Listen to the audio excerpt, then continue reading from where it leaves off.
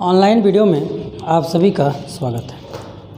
आज हम लोग जिस विषय पर आपके सामने उपस्थित हुए हैं उस विषय का नाम है भार तथा द्रव्यमान। क्या है बेटा?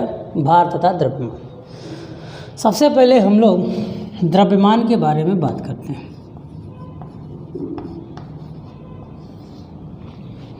द्रव्यमान है क्या? द्रव्यमान समझिए एक प्रकार से द्रव्यमान क्या बेटा? वस्तु, किसी भी वस्तु में प्राप्त पदार्थ की मात्रा होती है।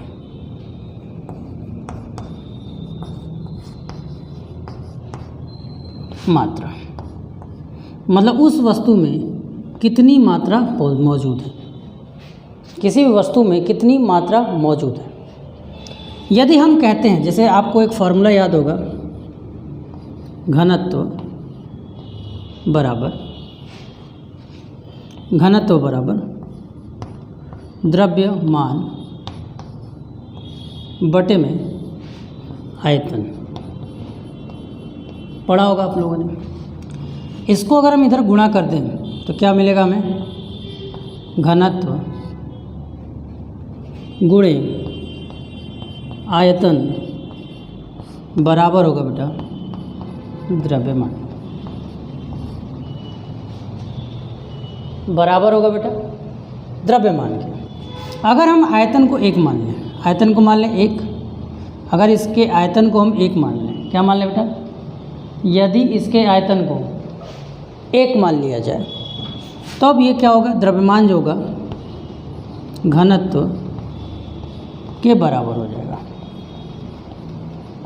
ठीक।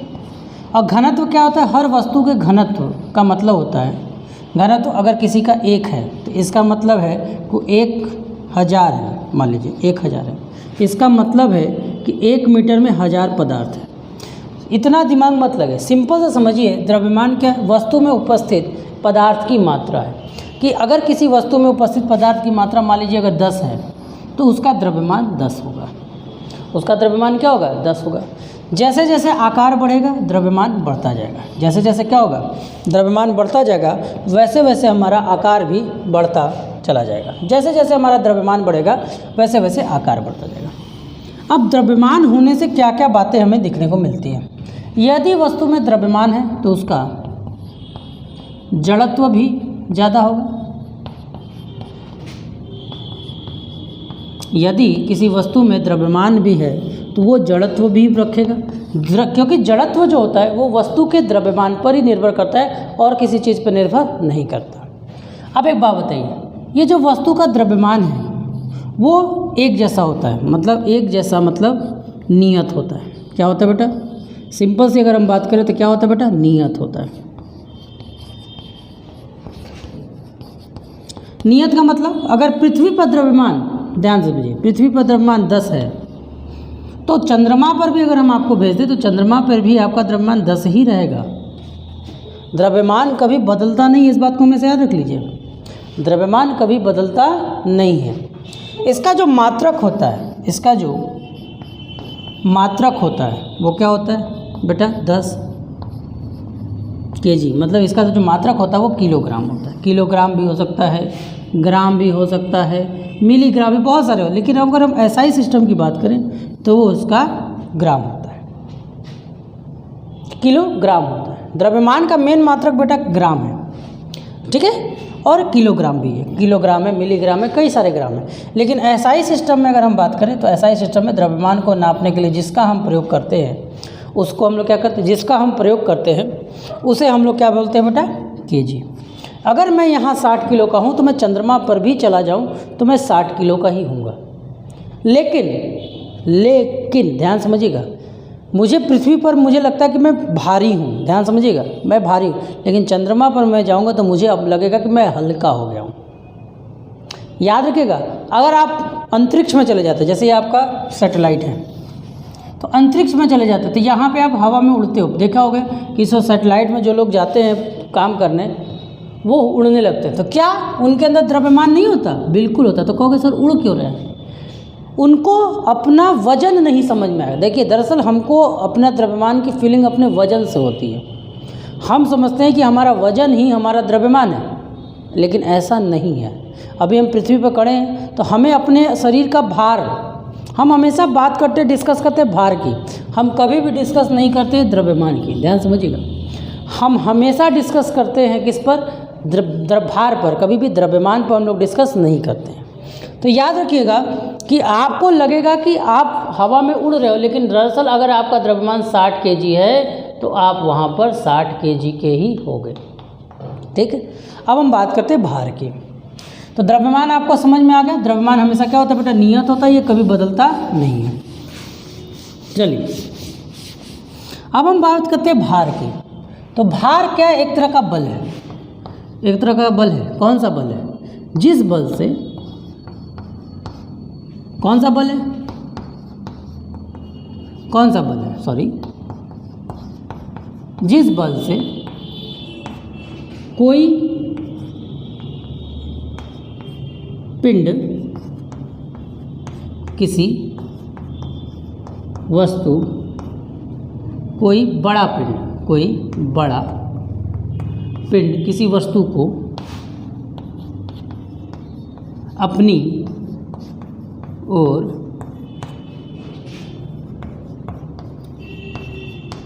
अपनी ओर आकर्षित करता है।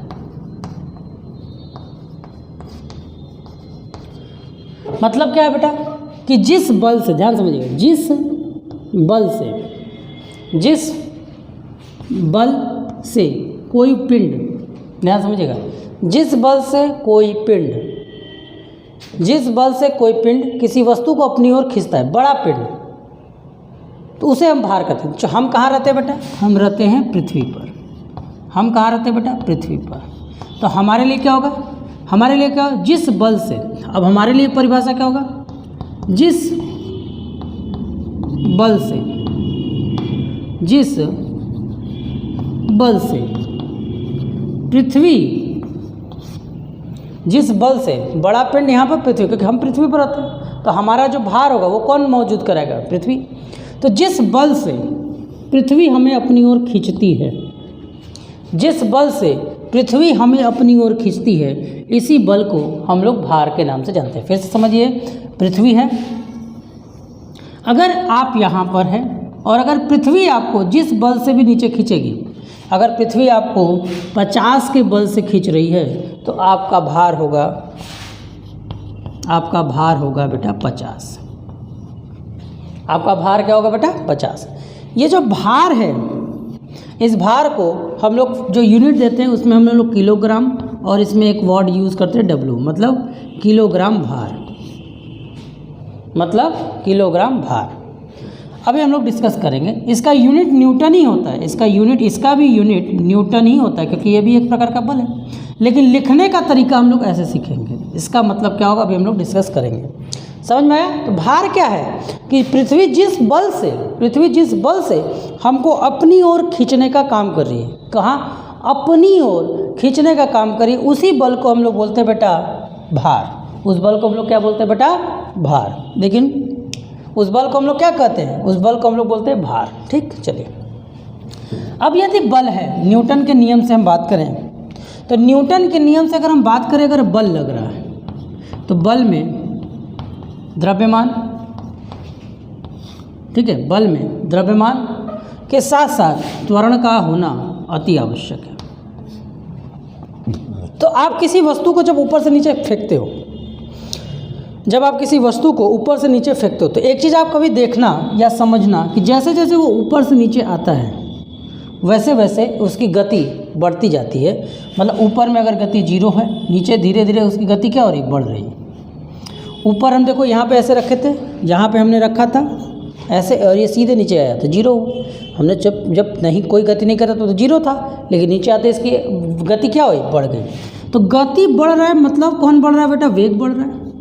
यदि वेग बढ़ रहा है मतलब वेग बढ़ रहा है, मतलब वेग में बदलाव भी हो रहा होगा।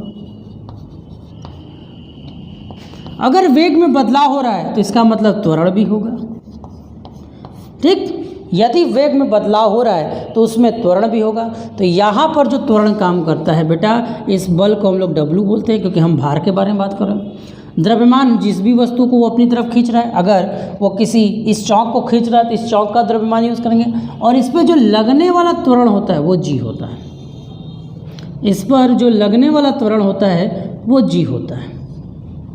इस पर लगने वाला जो बल होता है वो क्या होता है, लगने वाला जो त्वरण होता है वो जी होता है, जिसकी दिशा हमेशा नीचे की ओर, मतलब पृथ्वी के केंद्र की ओर होता है, केंद्र की ओर होता है। जिसकी दिशा सदैव कहाँ होती है, पृथ्वी के केंद्र की ओर, मतलब पृथ्वी के अंदर आपको लेकर जाने की वो कोशिश करता है। लेकिन पृथ्वी का सतह बहुत पावरफुल होता है, इसलिए आप वो नीचे नहीं जाते हो। अगर ये आप पानी पे खड़े हो जाओ या किसी दलदल में आओ तो दलदल में आप धीरे धीरे नीचे कैसे जाते हो, तो पृथ्वी आपको हमेशा अपनी ओर खींच रही है। अगर मैं खड़ा भी हूँ तो अभी भी मेरे को पृथ्वी खींच रही है, लेकिन रियलिटी में क्या है कि तल इतना ज़्यादा गाढ़ा है कि वो हमको खींच नहीं पा रही है। मतलब पृथ्वी हमको, देखो ध्यान से, अगर हम खड़े हैं तो पृथ्वी हमको खींच रही है, लेकिन उसी के प्रतिकूल हमें प्रतिक्रिया मिलती है, जिसके कारण हम बैलेंस में रहते हैं। ये सब जब हम आपको 11th में लेकर जाएंगे तब आपको इस पर हम लोग डिस्कस करेंगे। बात समझ में आया? तो ये अगर पृथ्वी हम पर बल लगा रही है, तो पृथ्वी अगर बल लगा रही है तो उस पर हमारा द्रव्यमान भी होगा और वहाँ पे त्वरण भी होगा। तो यहाँ पे ये W हमारा बल है, द्रव्यमान। ये जो G है, अब ये G की निर्भरता हम लोग अगले वीडियो में समझेंगे। G और कैपिटल G में जब अंतर पढ़ेंगे तब आपको हम कुछ बातों को बताएंगे। ये जो G आपको दिख रहा है, ध्यान से समझिएगा, ये G पृथ्वी पर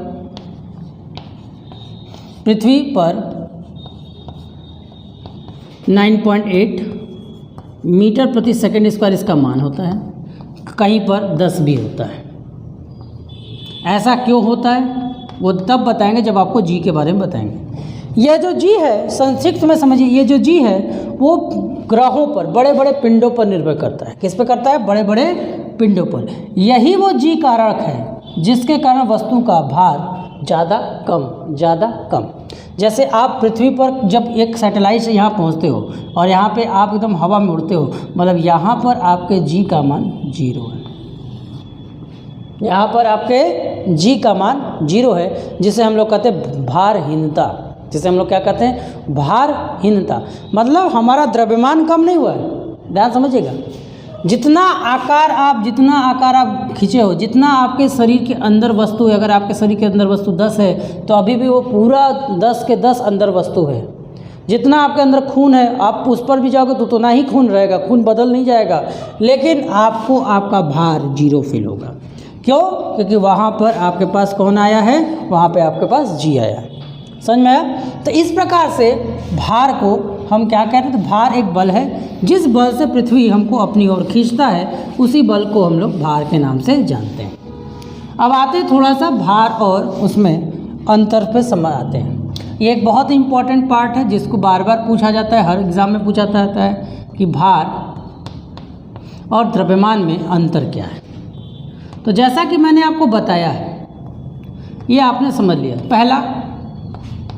पहला तो ये क्या है बेटा? एक तरह का बल है, एक प्रकार का बल है, जिससे कोई पिंड, कोई बड़ा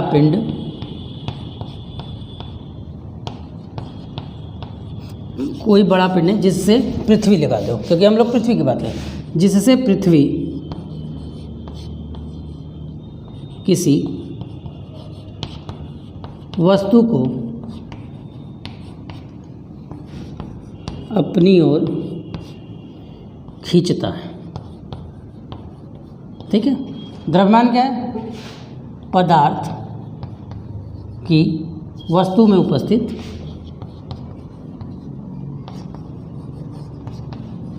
प्राप्त पदार्थ की मात्रा। ठीक? भार बदलता है,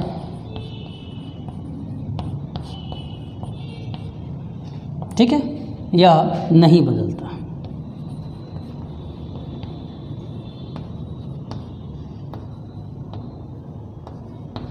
भार बदलता है यह नहीं बदलता। जैसे एग्जाम्पल के समझिए, पृथ्वी पर जो जी लगता है उसका 1/6 भाग चंद्रमा पर लगता है।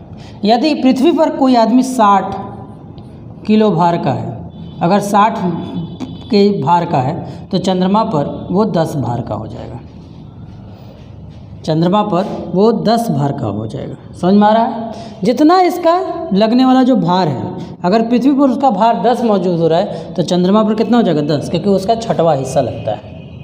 क्योंकि भार जो है वो पिंड के आकर्षण पर निर्भर है, जबकि m पिंड के आकर्षण पर निर्भर नहीं है। यह 2 अंतर इन दोनों में सबसे ज़्यादा महत्वपूर्ण है। ठीक है। अब भार की दिशा क्या होती है? अगर इसकी बात करें, इसकी दिशा है, मतलब यह एक सदिश राशि है। यह क्या है बेटा? सदिश राशि है। और ये क्या है बेटा? अदिश है। अब कहोगे ये सदिश कैसे? सीधी सी बात है, हमेशा इसकी दिशा कहाँ होती है? पृथ्वी के केंद्र की ओर। दिशा है ना, फिक्स है कि उसको कहाँ जाना है? केंद्र की ओर जाना है। तो इसकी दिशा है, इसलिए सदिश है। और ये सदिश नहीं है, ये अदिश है। बात समझ में आया? तो ये तो 3 हमने आपको बताया, यही इसके सबसे ज़्यादा डिफरेंस क्या है। बात समझ में आ गया कि भार जिस बल से वो वस्तु खरीदता है। अच्छा, एक और कर सकते हो, इसका जो मात्रक होता है, इसका मात्रक न्यूटन होता है या kW किलोग्राम भार होता है। इसका मात्रक सिर्फ और सिर्फ kg होता है। ठीक, समझ में आया? क्लियर हुआ? तो अगर हम बात करें तो 1 kg वस्तु का कोई अगर द्रव्यमान है 1 kg का, तो उसका पृथ्वी पर भार कितना होगा? तो W बराबर आपके पास कितना बेटा? mg है। W बराबर आपके पास कितना है बेटा? mg है। तो W बराबर यदि आपके पास mg है तो 1 किलो, g का मान आपको याद रखना होगा, g का मान आपको याद रखना 9.8 मीटर पर सेकेंड स्क्वायर। अगर दिया रहता है तो 10 दिया तो 10 यूज़ करेंगे, नहीं तो हम 9.8 यूज़ करेंगे। तो ये हो जाएगा 9.8, मतलब 9.8 न्यूटन। तो अगर आपको फील करना है कि कितना भार 1 किलो पे लग रहा है, तो आप एक काम करोगे, 1 किलो की कोई वस्तु ले लोगे, 1 किलो की कोई एक वस्तु ले लोगे और उसको अपने हाथ पे रख लोगे। तो जितना आपको होल्ड करके रोकने में बल लग रहा है, वो बल होगा 1 किलोग्राम के बराबर का। समझ में आया? क्लियर हुआ? तो इस तरह से हम किसी भी वस्तु को कह सकते हैं कि भार जो है वो पृथ्वी भार क्या है? वो एक तो प्रकार का बल है जो पृथ्वी उसको खींचता है। ठीक है, इसीलिए भार जो है वो सर्वव्यापी नहीं होता, हर जगह उसका मान बदलता रहता है। धन्यवाद, इसे नोट कर लें।